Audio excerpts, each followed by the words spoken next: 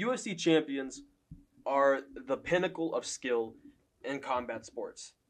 These are the guys where you take the heavyweight champion of boxing and the heavyweight champion of MMA, and the heavyweight champion of MMA will drag their ass to the ground, beat them up on the ground, kick their legs in. These are the guys who, you could maybe think a boxer, yeah, but maybe like a kickboxer could beat them, or maybe like a Muay Thai guy or a wrestler or a BJJ guy. You don't have this with MMA guys. You see an MMA champion and you take any other guy in the world and you're probably thinking, nah, nah, the MMA guy wins. Of course, the argument's in a street fight, but these are the guys who command respect. Like these are the guys if you see on the street, you're not walking up to them and trying to fuck with them because you know they'll put your lights out.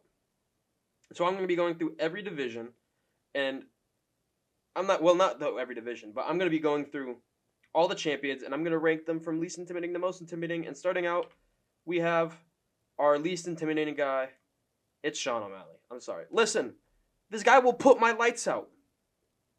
If I walked up to Sean O'Malley and I started being like, man, fuck you, I'll knock your ass out, I'm going to remember saying, man, fuck you, and I'm going to wake up in a fucking in a fucking, like, why am I not remembering this, dude? An ambulance. How did I forget that fucking name, dude? But it's like, he has the super skinny, like, no muscle build, like, skin and bones build. He's very passive on the mic. He tries to be like McGregor. The only difference is McGregor at featherweight was a big, strong featherweight who packed on a lot of, like, size after the weigh-ins and it could command a room. O'Malley, like, doesn't really pack on a lot of size afterwards, doesn't command a room. His voice is very passive, very nasally. The pink hair and the tattoos, I fuck with them, but they don't help him. He has this, I'm pretty sure he said he got 6'9" tattooed on his face. I think. Don't quote me on that. He's just kind of a scrawny looking dude. He looks like he got bullied in high school. This is the type of guy that you would see get shoved into a locker. Again, I get it, his fan base is big, but then again, his fan base is also like 12-year-old boys. He's just kind of the least intimidating out of all of them. And it's not because of his fight style. The way he fights is fucking it's scary because he puts hands on people, but it's like everything outside of it is so unintimidating that it brings it down so much. So that's my pick. For number 8, we got to go with Leon Edwards. He's above O'Malley because of his size and his build. You know, the aesthetic god Leon, you know what it is. The shoulder to waist ratio, the size of his arms, the lats, everything. He's a big fucking dude, and that's kind of scary. But again, it's like O'Malley. His voice is kind of high pitched, kind of nerdy.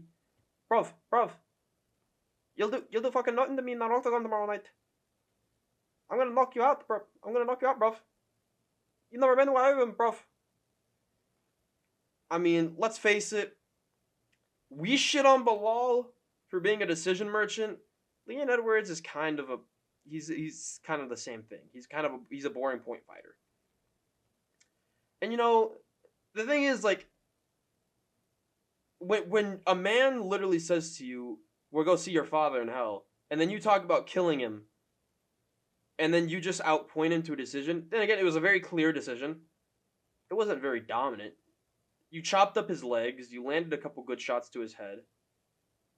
But the guy wasn't doing anything in front of you. You could have at least put together something.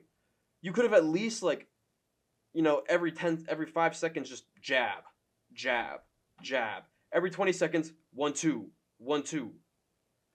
But he kind of just outpointed him. And, like, even then in the situation in the past, with Masvidal, like, what?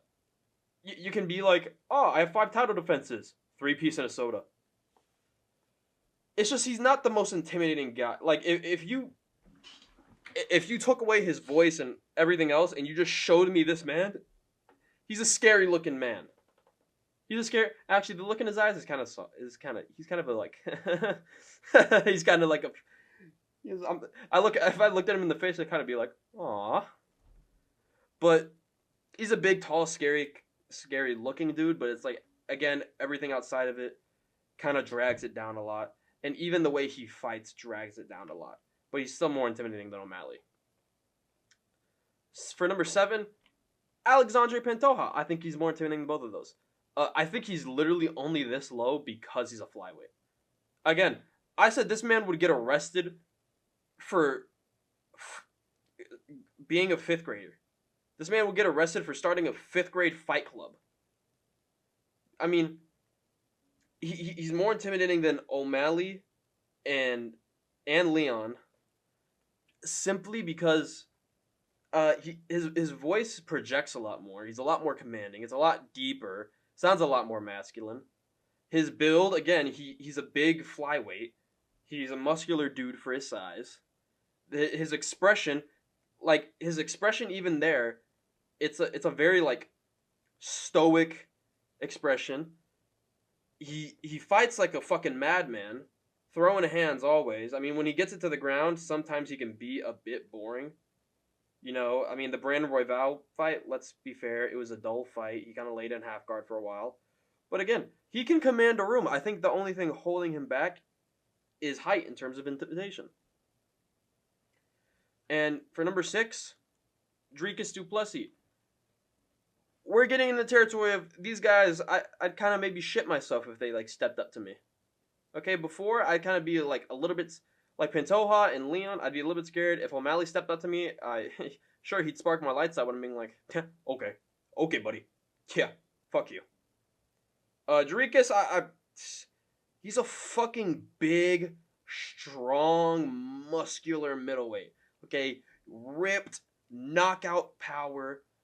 The way he took the belt off Sean holds him back a bit. I think Sean is scarier than Dricus, but the only reason I think that is I think Dricus is just like an overall nicer dude. I fuck with Sean, but like Sean is scary because I think he'll actually kill someone. Dricus is scary because he's fucking huge, strong. I'll admit he has a Giga Chad look. He has that killer instinct, and when he gets in that octagon, he has that look in his eyes. He's ready to go. He's just a big fucking scary guy.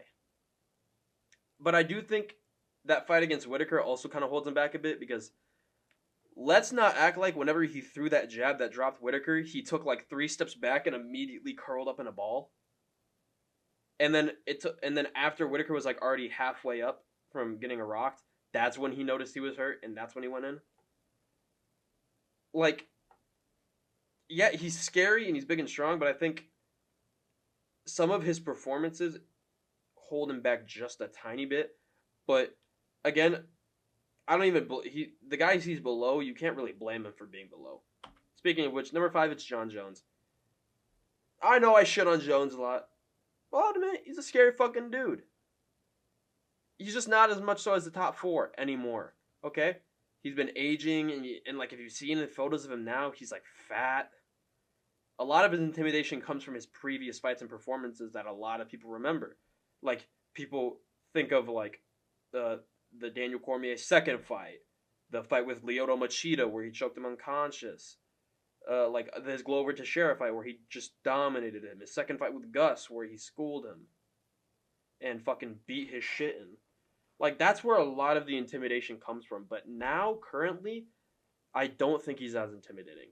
If Jon Jones walked up to me and pressed me, I'd shit my pants, yeah, but I'd still say I don't like you and I never will like you and you're not the go, fuck you.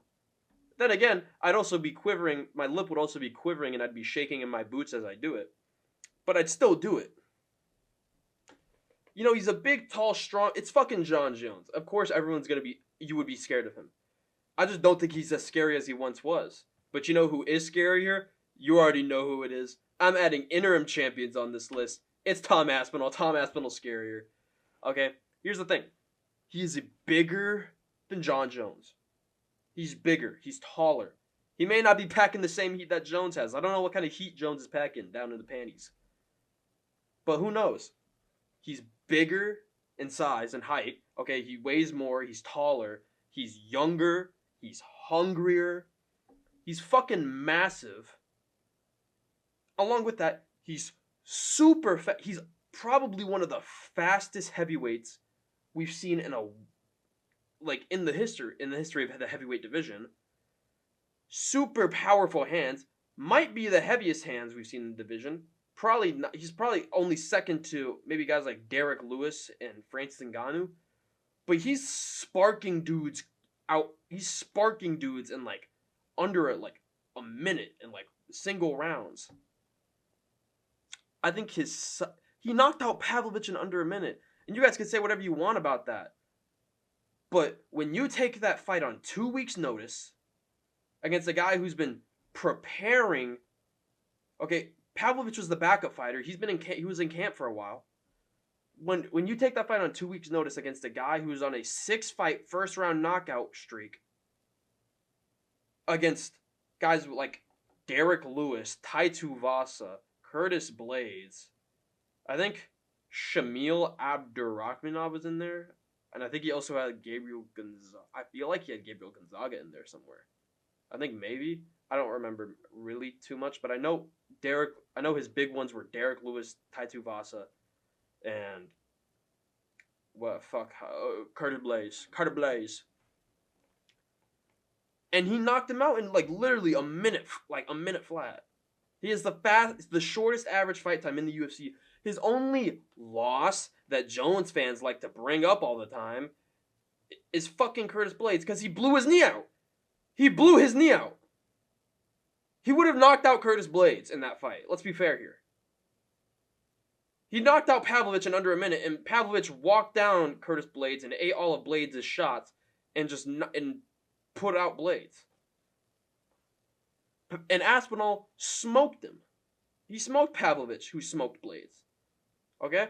I think in a rematch he smokes Blades. Listen, I love Curtis Blades. He killed Jailton Almeida, and I'll always love him for that. Okay? We got to give Curtis Blades his flowers. Okay?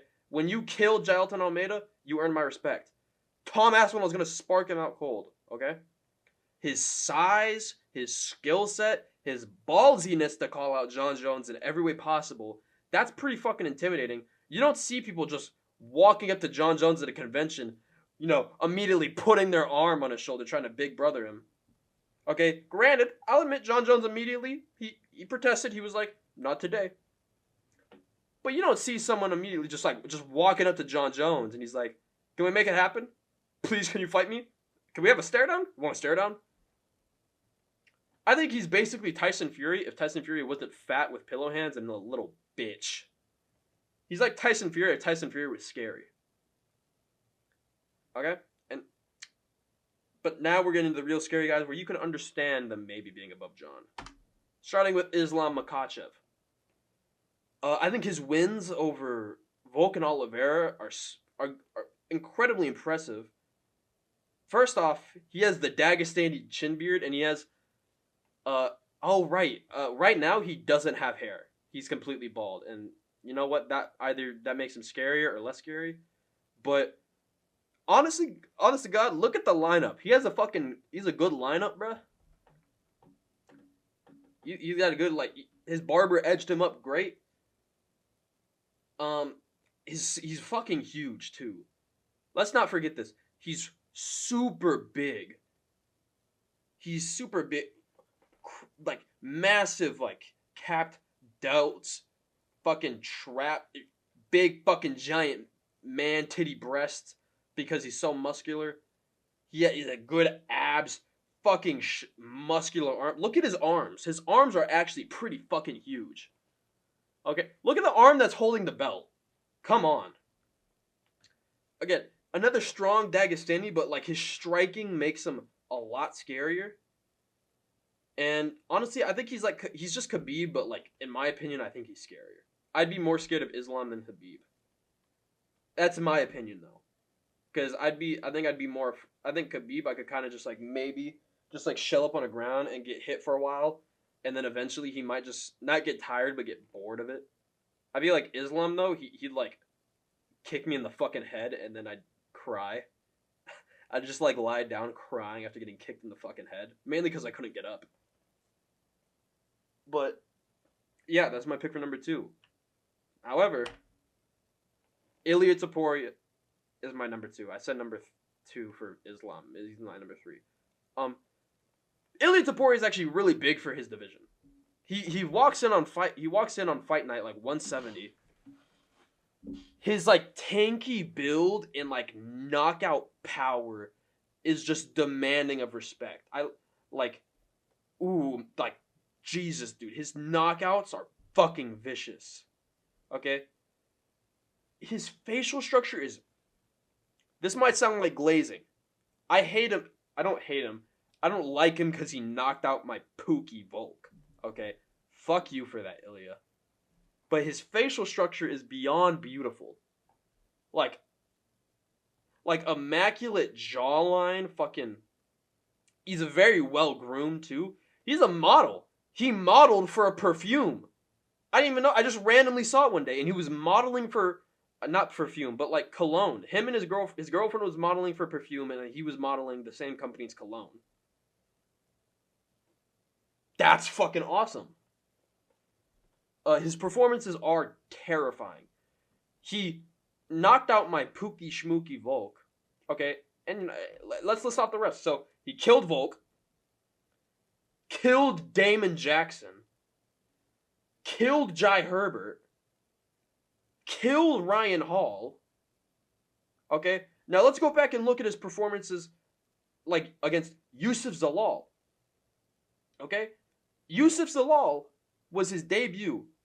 I know after his loss, Zalal's loss to Topuria, he lost. He didn't. He kind of went on a bad streak, but he came back and he schooled Billy Quarantillo and subbed him in 2 rounds. He beat like a top 20 guy in 2 rounds, and Topuria beat him. Topuria beat him. Damon Jackson, after he knocked out Damon Jackson, Jackson went on a 4-fight win streak. Jai Herbert, he kind of just killed him. Nothing really happened with Jai Herbert after that. Volk, he's the featherweight GOAT. And Topuria sparked him out cold.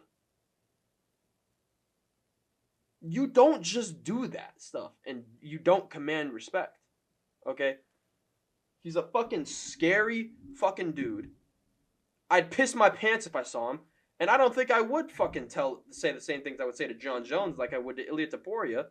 Because I feel like since he's shorter than me, I feel like he'd be more willing to punch me in my fucking face. So, Topuria is my number 2 pick.